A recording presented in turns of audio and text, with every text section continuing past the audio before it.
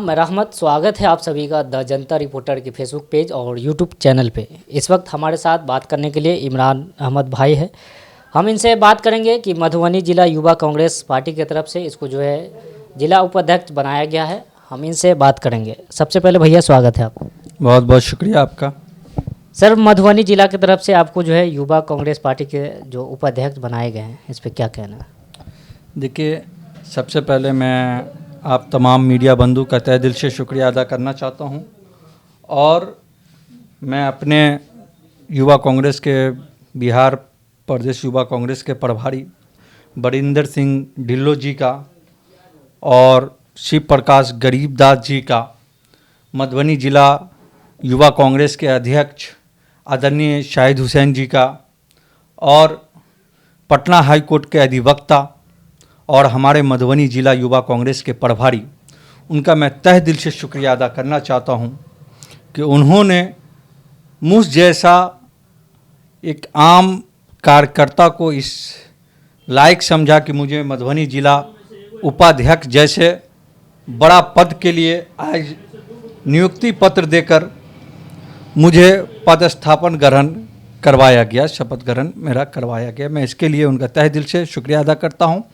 और अपने तमाम शुभ चिंतकों का, हम अपने नेता आदरणीय राहुल गांधी जी का, अपने राष्ट्रीय अध्यक्ष मल्लिका खड़गे अर्जुन जी का और युवा कांग्रेस के राष्ट्रीय प्रभारी कृष्णा आलूवरू जी का, राष्ट्रीय अध्यक्ष श्रीनिवास जी का और हम लोगों के अभिभावक, गार्जियन, जन जन के नेता, पूर्व केंद्रीय गृह राज्य मंत्री माननीय डॉक्टर शकील अहमद साहब का, पूर्व विधान परिषद प्रत्याशी इम्तियाज़ नूरानी साहब का और जनाब सामाजिक कार्यकर्ता जनाब फारूक निजामी साहब का, मैं तमाम अपने शुभचिंतकों का तहे दिल से शुक्रिया अदा करता हूं कि उनकी दुआ आशीर्वाद से आज मैं इस पद का निर्वहन किया हूं और मैं आपको पूरा आशा विश्वास दिलाता हूं, मैं तमाम लोगों को पूरा विश्वास दिलाता हूं कि मैं जिस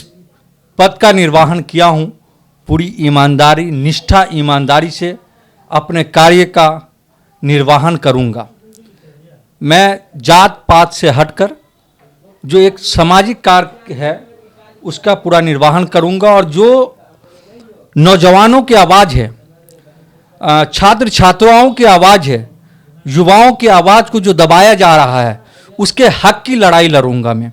जो आज हमारे बहुत से युवा बेरोजगार हैं, सरकार से वो रोजगार की तलब कर रहे हैं, सरकार उनको रोजगार नहीं दे रही है, धर्म के नाम पर गुमराह कर रही है, मैं इन सब के खिलाफ लड़ूंगा। जो आज हमारा नौजवान छात्र छात्राएं जो भटक रहे हैं, कॉलेज दर दर कॉलेज भटक रहे हैं, सही समय पर उनका परीक्षा नहीं हो पा रहा है, अगर परीक्षा हो पा रहा है तो उनको सर्टिफिकेट नहीं दिया जा रहा है, उनके लिए बार बार चक्कर कटवाया जा रहा है और ऐसी अनेक समस्याएं हैं। अवैध वसूली की जाती है बड़े बड़े कॉलेजों में और जो मेंटेनेंस के नाम पे हो, एग्ज़ाम फी के नाम पे हो, छात्र छात्राओं को परेशान किया जाता है। मैं इन सब के लिए तमाम युवा छात्र छात्राओं के हक के लिए, चाहे वो सड़क पर लड़ने की बात हो चाहे कहीं भी लड़ने की बात हो, मैं पूरी मजबूती के साथ उनके हक की लड़ाई लड़ूंगा और अपने जननायक नेता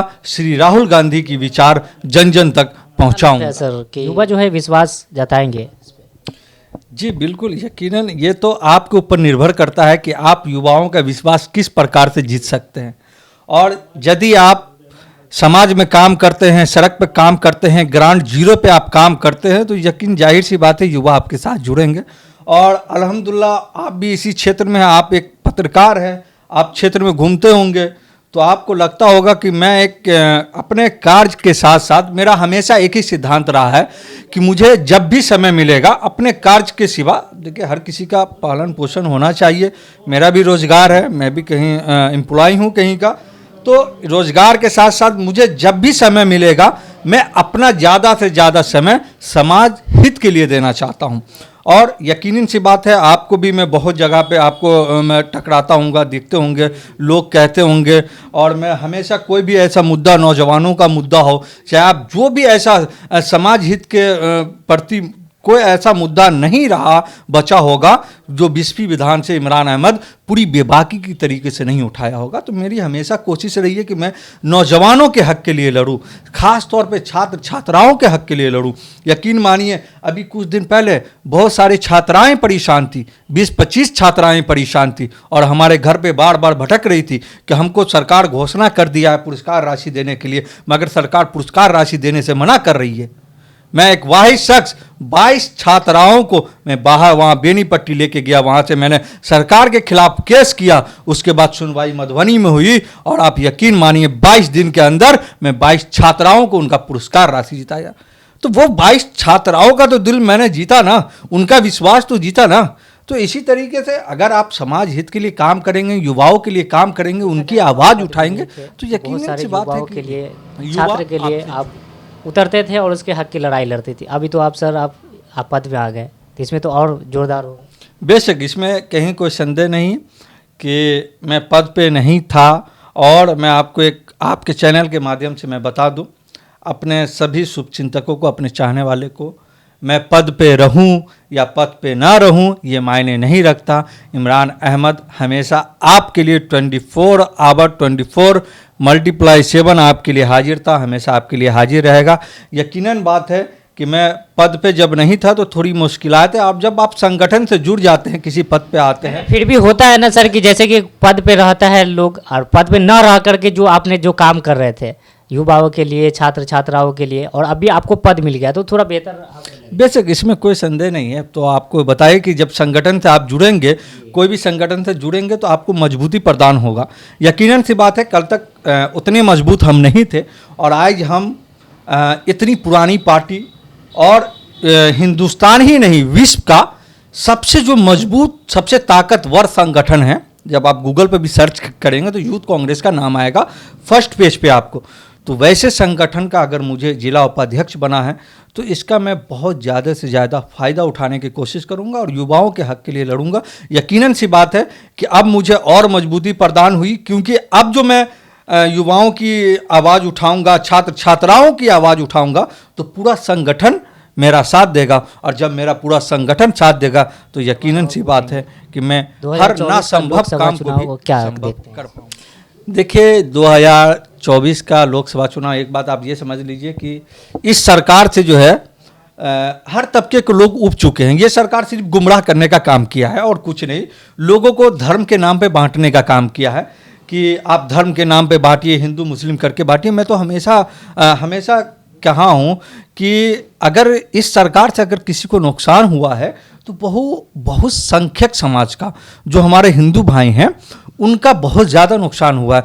उनको सरकार एक तरफ से ये कहना चाह रही है कि मतलब हम मुसलमानों को परेशान करते हैं और कुछ बहुसंख्यक जो खुश हो जाते हैं, तो ये उनको दर्शाना चाहती है। हालांकि मेन मुद्दा ये है कि सरकार, चाणक्य ने कहा था कि जब देश की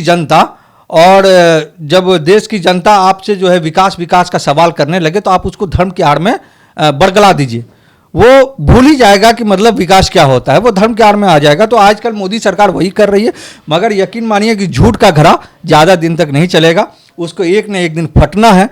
और इंशाल्लाह 2024 में ये झूठ का घड़ा नरेंद्र मोदी का फटके रहेगा। और ये धर्म के नाम पर जो बांटने की राजनीति करते हैं, ये जनता पूरी तरीके से समझ चुकी है कि ये जो है ये सरकार, मौजूदा वर्तमान सरकार सिर्फ धर्म के नाम पे बांटना, हिंदू मुस्लिम के नाम पे बांटना करती है। ये रोजगार के नाम पर फेल है, अच्छी शिक्षा के नाम पर फेल है, अच्छी स्वास्थ्य के नाम पर फेल है, मतलब सुरक्षा के नाम पर जो भी सरकार का जो मुहैया कराने की चीज़ें होती है, जो आप जनता को मुहैया करवाते हैं, इन सब चीज़ों में ये सरकार पूरी तरह फेलियर है। ये सिर्फ धर्म की राजनीति, बांटने की राजनीति करके ये अपना सत्ता की रोटी सेक रही है। 2024 में मैं आपको अभी से और आवाम को अभी से मैं हार्दिक अभिनंदन और बधाई देता बनने। तो अभी आप देख रहे थे हमारे साथ जो है इमरान अहमद भाई बात कर रहे थे, एक समाज सेवी तो इसको कह ही सकते हैं। और आप लोग ने लगातार कहीं ना कहीं हर जगह, जो मधुबनी हो, बिहार की हम पूरा बात करते हैं, पूरा बिहार में इनको इसका चेहरा जो आप लोग कहीं ना कहीं देखते होंगे, इसको जो है अभी कांग्रेस पार्टी की तरफ से जो है